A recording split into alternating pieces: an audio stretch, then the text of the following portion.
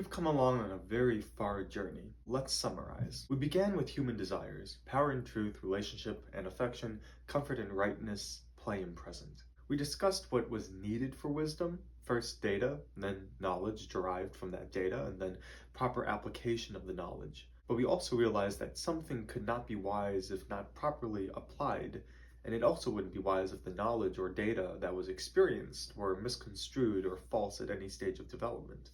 So we asked ourselves, how do we properly apply wisdom?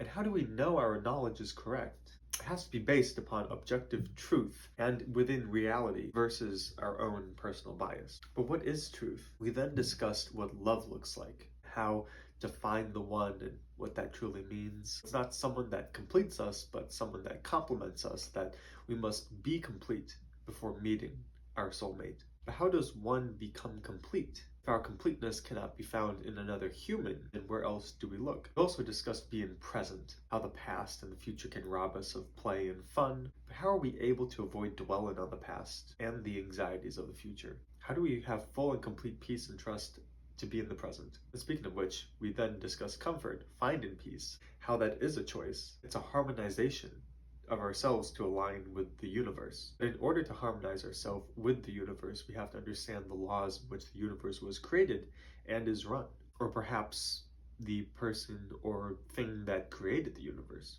So then we looked into morality, what the origin and source could be for different moral viewpoints, ideologies, and branched into not only the need for a higher authority, but how humans receive their human dignity from this higher authority. The morality can't be something chosen by a higher authority, nor can it be something that is separate from the higher authority that's above it, but that this higher authority must be morality and goodness itself. Then we discussed the cardinal virtues, which gave us an even deeper understanding of how to harmonize ourselves with the universe. And finally, we got into 4 videos surrounding scientific arguments for the necessity of an ultimate reality or a creator. The 4th video is not the complete version.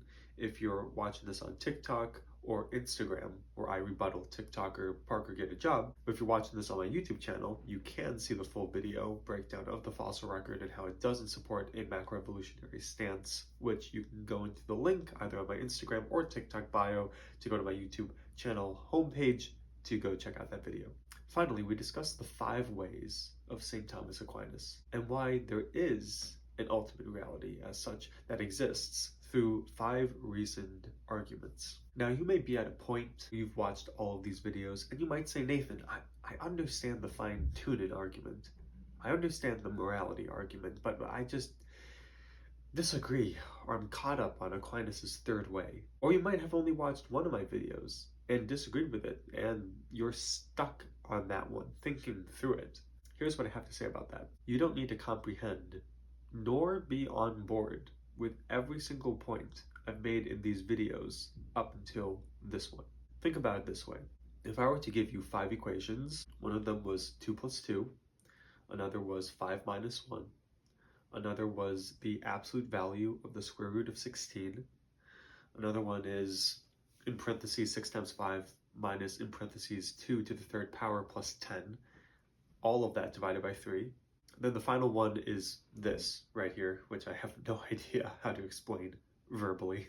Every equation that I just gave you, all have the number 4 as the solution. Now, you don't have to believe that that is the case, nor do you have to understand each equation to understand and believe that 4 exists as a solution, because you still got to the same answer in some way. In fact, you might even have problems with the last equation. I mean, that one is very theoretical math. But I'd say that similar to all the videos I've made, find 1 or 2 or a couple that resonate with you.